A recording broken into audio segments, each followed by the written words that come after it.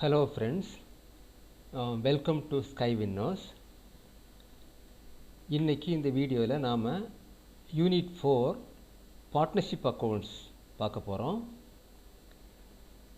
அதில் valuation of goodwill பற்றி பார்க்கலாம். ஓகே, இப்போது இது வரைக்கும் நம்ம சேனலை சப்ஸ்கிரைப் பண்ணாதவங்க ப்ளீஸ் சப்ஸ்கிரைப் பண்ணுங்கள், கொஞ்சம் சப்போர்ட் பண்ணுங்கள். Okay, thanks for your support. நம்ம கிளாஸுக்கு போகலாம். ஓகே, இந்த பார்ட்னர்ஷிப் ஃபேர்மில் வேல்யூவேஷன் ஆஃப் குட்வில் இதான் இன்றைக்கி இந்த வீடியோவில் பார்க்க போகிறோம். இப்போது குட்வில்னால் என்ன? குட்வில்ங்கிறது ஒரு good name or reputation of the business. இப்போது ஒரு புதுசாக ஒரு பிஸ்னஸ் ஸ்டார்ட் பண்ணுறாங்கன்னு வச்சுக்கோங்க. ஸ்டார்ட் பண்ணும்போது மக்கள் மத்தியில் அந்த பிஸ்னஸ் பற்றி அவ்வளோவா தெரியாது. ஒரு கடையாக இருக்கட்டும் அல்லது ஒரு இண்டஸ்ட்ரி ஆகட்டும், அந்த பிஸ்னஸ் பற்றி மக்கள் மத்தியில் அவ்வளோவா தெரியாது. வருஷங்கள் போக போக என்ன ஆகும், கொஞ்சம் கொஞ்சமாக அந்த பிஸ்னஸ் பற்றி மக்களுக்கு தெரிய வருது. தெரிய வரும்போது அங்கே கொஞ்சம் பிஸ்னஸ் கொஞ்சம் இம்ப்ரூவ் ஆகும். இப்போது என்னென்ன காரணங்களுக்காக அந்த பிஸ்னஸ் மக்கள் மத்தியில் அந்தளவுக்கு ப்ராப்ளம் ஆகுது அப்படின்னா, ஒன்று குவாலிட்டி ஆஃப் குட்ஸு. அவன் வச்சுக்கிற குட்ஸு பொருட்கள் நல்ல குவாலிட்டியாக இருக்கலாம். அல்லது நல்ல சர்வீஸ், கஸ்டமர்கிட்ட நல்ல விதமாக பேசுகிறது, அவங்களுக்கு அவங்க ஏற்றாறு போல் நம்ம குட்ஸை வாங்கி விற்கிறது, அது மாதிரி சர்வீஸ் பண்ணுறது. மேபி ஒரு லொக்கேஷன் ஆஃப் த பிஸ்னஸ் கூட நல்ல ஒரு ரெப்யூட்டேஷன், ஒரு குட் நேம் சம்பாதிச்சு தரும். லொக்கேஷன்னா இப்போது ஒரு மெயின் ஒரு பஸ் ஸ்டாண்ட், ஒரு சிட்டிக்குள்ளே இருக்கிற கடைகள் அல்லது இண்டஸ்ட்ரீஸ், அது மாதிரியே என்னாகும், கொஞ்சம் சீக்கிரம் மக்கள் மத்தியில் பிரபலமாகும். அப்போது ஆரம்பத்தில் பிஸ்னஸ் ஆரம்பிக்கிற டைமில் இருந்த ஒரு பாப்புலாரிட்டி வருஷங்கள் போக போக அதிகமாகிட்டே போகுது. அந்த பாப்புலாரிட்டி அதிகமாக பிஸ்னஸ் அதிகமாகுது, அதனால் ப்ராஃபிட் நிறைய சம்பாதிக்க முடியுது. ஸோ இதை தான் குட்வில், ஒரு குட் நேம், ஒரு ரெப்யூட்டேஷன் அந்த கடைக்கு அல்லது அந்த ஆர்கனைசேஷனுக்கு கிடச்சிருக்குது. இதை என்ன பண்ணுறாங்க, இதனால் என்ன ஆகுது, it enables the business to earn more profit. So இதுதான் குட்வில். இந்த குட்வில்லை என்ன பண்ணுறாங்க, அக்கௌண்ட் பண்ணும்போது இதை ஒரு அசட்டாக காட்டுறாங்க. அசட்னா இது கண்ணால் பார்க்க முடியாது. இந்த அசட்டை we cannot see, it cannot be seen or touched. It is an intangible asset. Balance ஷீட்டில் அசட் சைடில் குட்வில் அப்படின்னு ஒரு அமௌண்ட்டு காட்டுறாங்க, ஒரு அசட்டாகவே காட்டுறாங்க. But it cannot be seen. Okay, இப்போது இந்த குட்வில் எப்படி வேல்யூ பண்ணுறது? இப்போது ஒருத்தர் ஒரு 5 இயர்ஸாக பிஸ்னஸ் பண்ணிகிட்ருக்காரு. அவர் ஆரம்பிக்கும் போது இருந்த பாப்புலாரிட்டியை விட இப்போ நல்லாவே பிஸ்னஸ் நல்ல டெவலப் ஆகிருக்கு, மக்கள் மத்தியில் நல்ல பிரபலமாகிருக்குது. இப்போ இந்த 5 இயர்ஸுக்கு அப்புறம் இப்போ இந்த குட்வில்லை எப்படி வேல்யூ பண்ணுறது அப்படிங்கிறது தான் இந்த வீடியோவில் பார்க்க போகிறோம். இதில் வேல்யூவேஷன் ஆஃப் குட்வில் 3 மெத்தட் இருக்குது. ஒன்று ஆவரேஜ் ப்ராஃபிட் மெத்தட், இன்னொன்று சூப்பர் ப்ராஃபிட் மெத்தட், இன்னொன்று கேபிட்டலைசேஷன் மெத்தட். இன்றைக்கி நம்ம பார்க்க போகிறது ஆவரேஜ் ப்ராஃபிட் மெத்தட். நெக்ஸ்ட் வீடியோவில் நம்ம super profit method, capitalisation method பார்க்கலாம். இப்போது ஆவரேஜ் ப்ராஃபிட் மெத்தட்னா என்னது? அதில் 2 மாடல் இருக்குது. Simple average profit method, weighted average profit method. இப்போ ஆவரேஜ்னால் உங்களுக்கு தெரியும் என்னது, ஒரு 10 நம்பர் கொடுத்துருக்காங்க அப்படின்னா அந்த 10 நம்பரையும் ஆட் பண்ணி 10ஆல் டிவைட் பண்ணால் ஒரு நம்பர் கிடைக்குது, அதுதான் ஆவரேஜ். அந்த 10 நம்பர்ஸுக்கு ஒரு ஆவரேஜ். அல்லது ஒரு 5 நம்பர்ஸ் கொடுத்துருந்தாங்கன்னா 5ஐயும் ஆட் பண்ணி 5ஆல் டிவைட் பண்ணால் நமக்கு ஒரு ஆவரேஜ் கிடைக்குது. ஸோ இந்த மெத்தடில் தான் குட்வில்லை வேல்யூ பண்ணுறாங்க, ஆவரேஜ் ப்ராஃபிட் மெத்தடில்.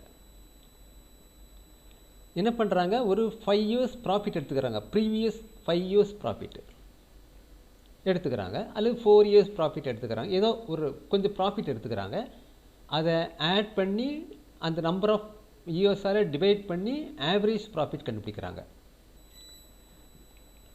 ஸோ இந்த மெத்தடில், ஆவரேஜ் ப்ராஃபிட் மெத்தடில் தான் குட்வில்லை வேல்யூ பண்ணுறாங்க. இப்போ ஒரு சின்ன எக்ஸாம்பிள் வச்சு பார்க்கலாம். இதை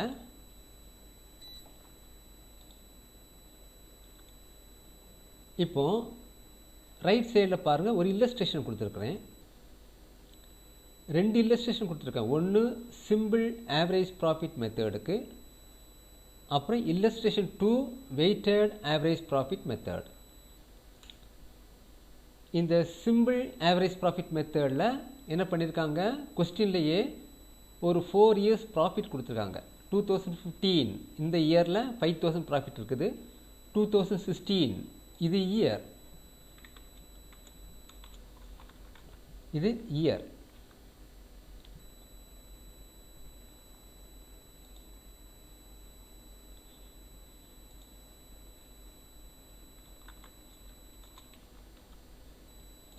ஓகே, இப்போ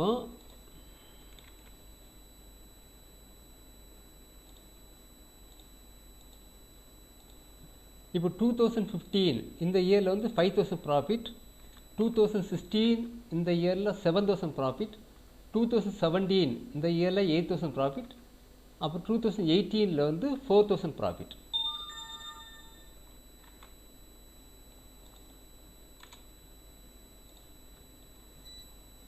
Calculate the value of goodwill at 3 years purchase அப்படின்னு கொடுத்துருக்காங்க. இந்த 3 years purchase அப்படின்னு கொடுத்துருக்காங்க. இப்போ இது எப்படி செய்கிறது பாருங்கள். லெஃப்ட் சைடில் நான் சொல்யூஷன் போட்டுக்கிறேன். ஃபஸ்ட் என்ன பண்ணியிருக்காங்க, ஆவரேஜ் ப்ராஃபிட் கண்டுபிடிச்சிருக்காங்க. ஆவரேஜ் ப்ராஃபிட் என்னது, இந்த ப்ராஃபிட் கொடுத்துருக்காங்க, ஒரு 4 இயர்ஸ் ப்ராஃபிட் கொடுத்துருக்காங்க. இந்த 4 இயர்ஸ் ப்ராஃபிட்டையும் என்ன பண்ணுறாங்க, ஆட் பண்ணி 4ஆல் டிவைட் பண்ணுறாங்க. டிவைட் பண்ண என்ன கிடைக்குது, 24,000 by 4. So average profit 6,000. இப்போ குட்வில்லுக்கு என்ன ஃபார்முலா, இந்த average profit into number of years purchase. இங்கே கொடுத்துருக்காங்க பாருங்கள், calculate the value of goodwill at 3 years purchase. So 3 years purchase இதுதான் நீங்கள் பார்க்க வேண்டியது. 3 இயர்ஸ் பர்ச்சேஸ் இதுதான் இங்கே போடுறோம் 3. ஸோ குட்வில்னா ஆவரேஜ் ப்ராஃபிட் 6,000 இன்டு 3, குட்வில் 18,000. இது சிம்பிள் ஆவரேஜ் ப்ராஃபிட் மெத்தட். இதே இதில் வெயிட்டட் ஆவரேஜ் ப்ராஃபிட் மெத்தட் அப்படின்னா இல்லஸ்ட்ரேஷன் 2. இதே சம் தான் போட்டிருக்கேன், இதே கொஸ்டின் தான். ஆனால் ஒரு வெயிட் கொடுத்துருக்காங்க. இந்த ப்ராஃபிட்டுக்கு வெயிட் இல்லை, பட் இந்த ப்ராஃபிட் எல்லாத்துக்கும் ஒரு வெயிட் கொடுத்துருக்காங்க. 2015 வெயிட் 1, அப்புறம் 2, 3, 4 இது வெயிட்டு. ஸோ இந்த வெயிட்டு கொடுத்துருந்தா வெயிட்டட் ஆவரேஜ் ப்ராஃபிட். அப்போ இங்கே வந்து ஆவரேஜ் ப்ராஃபிட் கண்டுபிடிச்ச மாதிரி இங்கே என்ன பண்ண போகிறோம், வெயிட்டட் ஆவரேஜ் ப்ராஃபிட் கண்டுபிடிக்க போகிறோம். So solution 2 weighted average profit method. இதுக்கு என்ன செய்திருக்கிறோம், இந்த ப்ராஃபிட்லாம் எழுதியிருக்கிறோம். 5,000, 7,000, 8,000, 4,000 இந்த ப்ராஃபிட் அப்படி எழுதியிருக்கிறோம். இந்த வெயிட் தான் 1, 2, 3, 4 அந்த வெயிட்டே எழுதியிருக்கிறோம். அப்புறம் என்ன பண்ணுறோம், வெயிட்டட் ப்ராஃபிட் கண்டுபிடிக்கிறோம். வெயிட்டட் ப்ராஃபிட்னா இந்த ரெண்டு மல்டிப்ளை பண்ணிக்கிறோம். 5,000 into 1 5,000, 7,000 into 2 14,000, 8,000 into 3 24,000, 4,000 into 4 16,000. இதெல்லாம் ஆட் பண்ணிக்கிறோம், இங்கேயும் ஆட் பண்ணிக்கிறோம். இந்த weighted profit divided by weight, அதான் என்னது weighted average profit. So 59,000 divided by 10 5,900 இதான் வெயிட்டட் ஆவரேஜ் ப்ராஃபிட். இப்போ குட்வில் என்னது, இந்த weighted average profit into number of years purchase. இங்கே கொடுத்துருக்காங்க calculate the value of goodwill at 3 years purchase. 3 years purchase of weighted average profit. So so weighted average profit தெரியும் into 3 years purchase into 3. So 5,900 into 3, goodwill is equal to 17,700. So இங்கே வந்து weighted average ப்ராஃபிட்னா weighted average profit கண்டுபிடிச்சி number of 3 years போடணும். இதுக்கு previous சம்மில் இந்த illustration பாருங்கள், கொஸ்டின் இல்லஸ்ட்ரேஷன் 1 இங்கே ஆவரேஜ் ப்ராஃபிட் தான். So average profit into 3. இங்கே வந்து வெயிட்டட் ஆவரேஜ் ப்ராஃபிட் இன்டூ 3 ஒரு வெயிட் கொடுத்துருக்காங்க. The difference.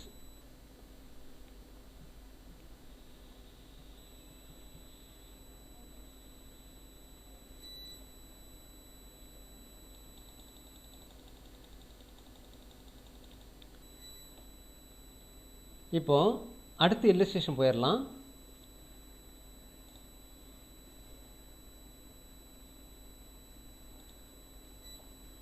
இல்லஸ்ட்ரேஷன் 3 இதுவும் சிம்பிள் ஆவரேஜ் ப்ராஃபிட் மெத்தட் தான். இங்கேயும் நிறைய ப்ராஃபிட் கொடுத்துருப்பாங்க, இங்கேயும் அதே மாதிரி ஆவரேஜ் ப்ராஃபிட் கண்டுபிடிக்கணும். சேம் மெத்தட் தான். சிம்பிள் ஆவரேஜ் ப்ராஃபிட், இங்கே வெயிட் கிடையாது, சிம்பிள் ஆவரேஜ் ப்ராஃபிட். ஆனால் என்ன டிஃப்ரென்ஸ் அப்படின்னா நோட், இங்கே பாருங்கள், profits R given with additional information.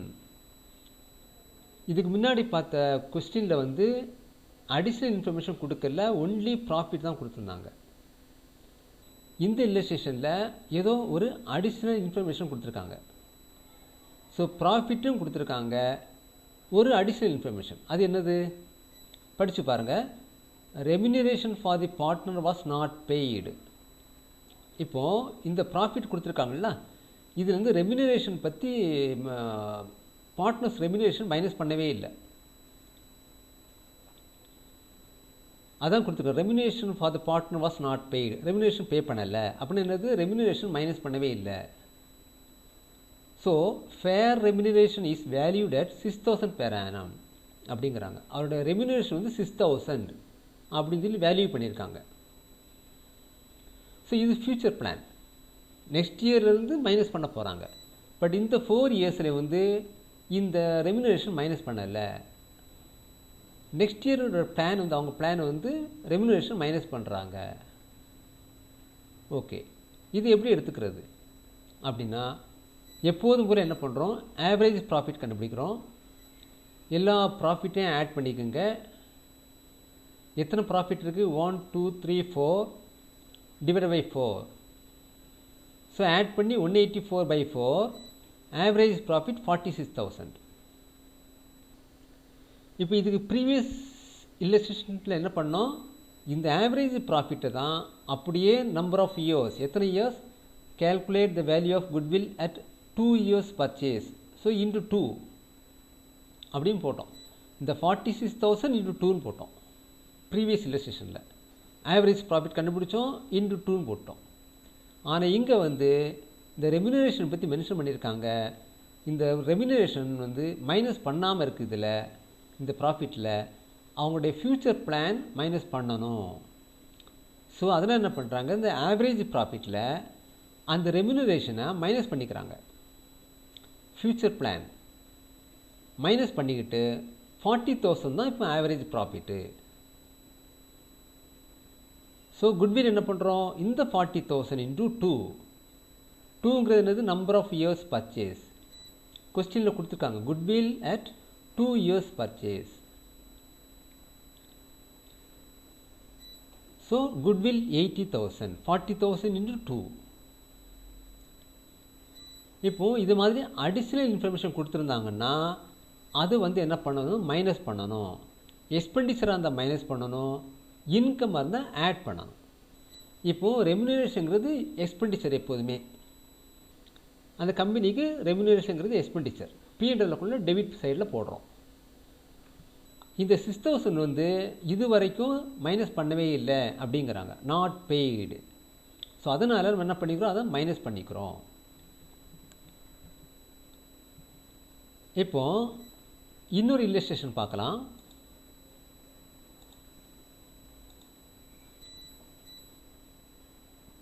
இதுவும் அதே மாதிரி தான், ஏதோ அடிஷ்னல் இன்ஃபர்மேஷன் கொடுத்துருக்காங்க. இதுவும் சிம்பிள் ஆவரேஜ் ப்ராஃபிட் தான். வெயிட்டட் கிடையாது, சிம்பிள் ஆவரேஜ் ப்ராஃபிட் மெத்தட். இங்கேயும் சம் ப்ராஃபிட்லாம் கொடுத்துருக்காங்க, 3 years ப்ராஃபிட் கொடுத்துருக்காங்க. 30,000, 29,000, 32,000. அப்புறம் கொஞ்சம் அடிஷ்னல் இன்ஃபர்மேஷன் என்ன கொடுத்துருக்காங்க, a non-recurring income of 3,000 is included in the profit of 2006. இந்த 2016 இந்த ப்ராஃபிட்டில் நான் ரெக்கரிங் இன்கம் 3,000 இன்க்ளூட் ஆகிருக்கு அப்படிங்கிறாங்க. எப்போதுமே ப்ராஃபிட் அண்ட் லாஸ் அக்கௌண்ட் போடும்போது ரெக்கரிங் எக்ஸ்பெண்டிச்சர், ரெக்கரிங் இன்கம் தான் எடுத்துக்குவோம். இந்த நான் ரெக்கரிங் இன்கமோ நான் ரெக்கரிங் எக்ஸ்பெண்டிச்சரோ நம்ம எடுத்துக்க மாட்டோம். நார்மலாக ப்ராஃபிட் லாஸ் அக்கௌண்ட் போடுறாங்க தான் என்ன பண்ணுறோம், ரெக்கரிங் எக்ஸ்பெண்டிச்சர், ரெக்கரிங் இன்கம் தான் எடுத்துக்கணும். நான் ரெக்கரிங் எக்ஸ்பெண்டிச்சரோ நான் ரெக்கரிங் இன்கமோ எப்போவுமே எடுத்துக்கக்கூடாது. இங்கே என்ன சொல்கிறாங்க, a நான் recurring income of rupees 3,000 is included. இதில் 2016 ப்ராஃபிட்டில் இதில் வந்து 3,000 இன்க்ளூட் ஆகிருக்குங்கிறாங்க. அப்போ என்ன பண்ணாத மைனஸ் பண்ணுறோம், லெஸ் நான் ரெக்கரிங் இன்கம். ஏன்னா ப்ராஃபிட் அதிகமாக இருக்கும். இந்த 3,000 நான் ரெக்கரிங் இன்கம் வந்து ஆட் ஆகிருக்கு. ஸோ ப்ராஃபிட் அதிகமாக இருக்கும். ஸோ ரியல் ப்ராஃபிட் கண்டுபிடிக்கணும்னா இதை மைனஸ் பண்ணால் இதுதான் ரியல் ப்ராஃபிட் 27,000. ஸோ இங்கேலாம் கிடையாது, இந்த 1 yearல மட்டும்தான் ப்ராப்ளம். அடுத்தது செகண்ட் ப்ராஃபிட் ஆஃப் 2017 என்ன பிரச்சனை, is reduced by 2,000 due to stock destroyed by fire. Stock வந்து ஃபயரில் அழிஞ்சு போச்சுது. அதனால் என்ன இருக்குது, 2,000 rupeesக்கு வந்து 2017 ப்ராஃபிட்டில் ரெடியூஸ் ஆகிருக்குது. ஆக்சுவலாக ஸ்டாக் வந்து 2,000 அதிகமாக இருந்திருக்கும். இந்த ஃபயரில் வந்து டிஸ்ட்ராய்ட் ஆகினதுனால ஃபயரில் இந்த ஸ்டாக் கொஞ்சம் அழிஞ்சு போச்சு. 2,000 ஒர்த்துக்கு ஸ்டாக்கு அழிஞ்சிடுச்சு. அப்போ என்ன இருக்குது, க்ளோசிங் ஸ்டாக் வந்து 2,000 கம்மியாக காட்டியிருக்காங்க. ஆனால் ரியலாக க்ளோசிங் ஸ்டாக் இருக்கிறதா இருந்தால் 2,000 ஜாஸ்தியாக இருந்திருக்கணும். ஃபயர் மட்டும் ஆகாமல் இருந்திருந்துன்னா 2,000 ஸ்டாக்கு அதிகமாக இருந்திருக்கும். ஸோ ரியல் ஸ்டாக் என்னது, 2,000 எக்ஸ்ட்ரா இருந்திருக்கணும். அதனால் என்ன பண்ணுறோம், ஆட் பண்ணிக்கிறோம். 2017 தான் அந்த பிரச்சனை நடந்திருக்குது. அதனால் 2,000 ஆட் பண்ணிக்கிறோம். இப்போது இதுதான் ரியல் ப்ராஃபிட் 2017. 2018 எந்த பிரச்சனையும் இல்லை. ஸோ இதுதான் என்னது, calculation of adjusted profit. Profit கொடுத்துருக்காங்க 30, 29, 32. அதில் சில அட்ஜஸ்ட்மெண்ட்லாம் பண்ண வேண்டிய இருக்குது. ஏன்னா இங்கே கொடுத்துருக்காங்க அடிஷ்னல் இன்ஃபர்மேஷன். இதெல்லாம் அட்ஜஸ்ட் பண்ணால் இப்போ இதுதான் என்னது கரெக்டான ப்ராஃபிட்.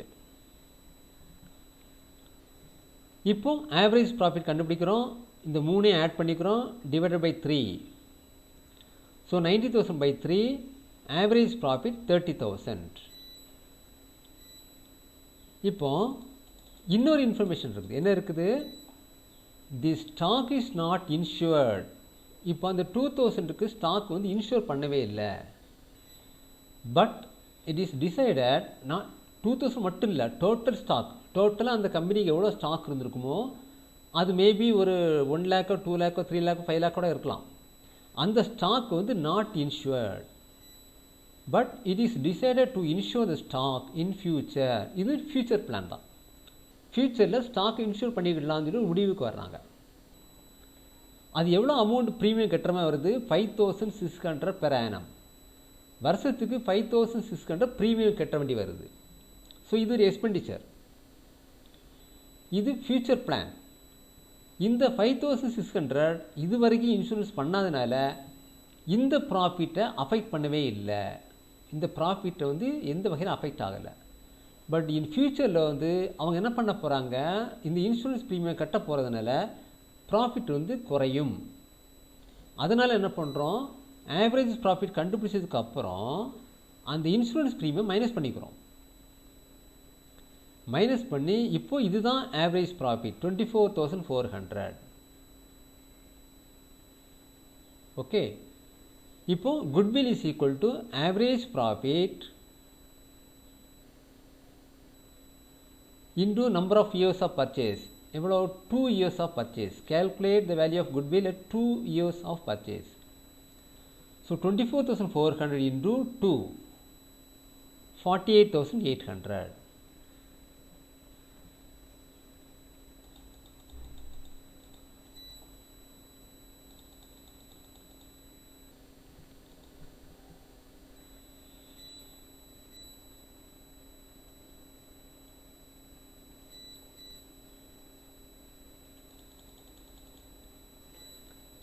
ஓகே, இப்போ அடுத்த இல்லஸ்ட்ரேஷன் போயிடலாம். இதுவும் அதே தான், சிம்பிள் ஆவரேஜ் ப்ராஃபிட் மெத்தட். இங்கேயும் சில அடிஷ்னல் இன்ஃபர்மேஷன் கொடுத்துருக்காங்க. ஸோ அந்த அடிஷ்னல் இன்ஃபர்மேஷனை பேஸ் பண்ணி இங்கேயும் அதே மாதிரி அட்ஜஸ்டட் ப்ராஃபிட் கண்டுபிடிச்சிருக்காங்க. ஸோ என்னென்ன அடிஷ்னல் இன்ஃபர்மேஷன் பாருங்கள். ப்ராஃபிட் 46,000, 44,000, 50,000, 46,000, 44,000, 50,000. அதே மாதிரி நான் ரெக்கரிங் இன்கம் இங்கேயும் 5,000 இருக்குது. நான் ரெக்கரிங் இன்கம் எந்த வருஷத்தில்? 2016. ஸோ 2016 நான் ரெக்கரிங் இன்கம் லெஸ் மைனஸ் பண்ணிட்டோம். ஸோ 41,000. அதே மாதிரி தான் ப்ரீவியஸ் இல்லஸ்ட்ரேஷன் போலே தான் இருக்கும். இப்போது இந்த 44,000 அப்படி வந்துடுது, 50,000 அப்படி வந்துடுது. அடுத்தது தி க்ளோசிங் ஸ்டாக் ஆஃப் 2017. 2017 வந்து closing stock over valued by 10,000. ஆக்சுவலாக இருக்க ஸ்டாக்கை விட அதிகமாக வேல்யூ பண்ணி தப்பாக வேல்யூ பண்ணிட்டாங்க 10,000. அப்போது க்ளோசிங் ஸ்டாக் வந்து தப்பாக 10,000 rupees அதிகமாக வேல்யூ பண்ணிட்டாங்கன்னா என்ன ஆகும்? கிராஸ் ப்ராஃபிட் அதிகமாக இருக்கும் 10,000. கிராஸ் ப்ராஃபிட் அதிகமாக இருந்தால் ஆட்டோமேட்டிக்காக நெட் ப்ராஃபிட் 10,000 அதிகமாகிடும். அப்போ என்ன பண்ணுறோம்? அந்த 10,000 மைனஸ் பண்ணணும். அப்போ தான் ரியல் ப்ராஃபிட் கிடைக்கும். ஸோ இங்கே என்ன பண்ணியிருக்காங்க? 2017 இந்த 10,000 மைனஸ் பண்ணிட்டாங்க. ஸோ 34,000. இப்போ க்ளோசிங் ஸ்டாக் வந்து அதிகமாக இருந்தது அப்படின்னா ப்ராஃபிட் அதிகமாக காட்டும். அதே மாதிரி ஓப்பனிங் ஸ்டாக் அதிகமாக இருந்தால் என்ன ஆகும்? அதிகமாக லாஸ் ஆயிரும், மைனஸ் ஆயிரும். ப்ராஃபிட் வந்து மைனஸில் போயிடும். க்ளோசிங் ஸ்டாக் அதிகமாக இருந்தால் எவ்வளோ அதிகமாக இருக்கும் அந்த அளவுக்கு ப்ராஃபிட் ப்ளஸில் ஆயிரும். ஓப்பனிங் ஸ்டாக் அதிகமாக இருந்தால் எவ்வளோ அதிகமாக இருக்கோ அந்த அளவுக்கு ப்ராஃபிட் வந்து மைனஸில் போயிடும். இப்போது இந்த 2017 வந்து க்ளோசிங் ஸ்டாக் 10,000 அதிகமாக இருக்குது அப்படின்னா நெக்ஸ்ட் இயர் வந்து ஓப்பனிங் ஸ்டாக் வந்து அதிகமாக இருந்துக்கும் 10,000. ஏன்னா ஒரு வருஷத்துடைய க்ளோசிங் ஸ்டாக் தான் நெக்ஸ்ட் இயருக்கு ஓப்பனிங் ஸ்டாக். இப்போது 2017 வந்து 10,000 க்ளோசிங் ஸ்டாக் அதிகமாக இருக்குது அப்படின்னா 2018 ஓப்பனிங் ஸ்டாக் 10,000 அதிகமாக இருக்கும். ஸோ ஓப்பனிங் ஸ்டாக் அதிகமாக இருந்தால் என்ன ஆகும்? எஃபெக்ட் எப்படி இருக்கும்? ப்ராஃபிட் மைனஸில் இருக்கும். அப்போது ரியல் ப்ராஃபிட் கண்டுபிடிக்க என்ன பண்ணணும்? ப்ராஃபிட்டை ஆட் பண்ணணும். ஸோ இங்கே என்ன பண்ணுறாங்க? 10,000 ஆட் பண்ணிக்கிறாங்க. ஸோ இதுதான் ரியல் ப்ராஃபிட். இப்போது ஆவரேஜ் ப்ராஃபிட் கண்டுபிடிக்கிறோம். Average profit is equal to இந்த 3 ஆட் பண்ணிக்கிறோம், இந்த 3 ஆட் பண்ணிக்கிறோம், divided by 3. So average profit 45,000. இந்த average profit into number of years இங்கே எவ்வளோ கொடுத்துருக்காங்க? Value calculate the value of goodwill at 3 years purchase. So into 3. So average profit into 3. 45,000 into 3, 1,35,000. இதுதான் goodwill.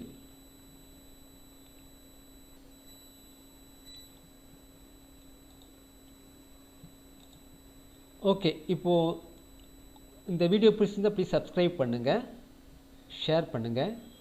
Thank you.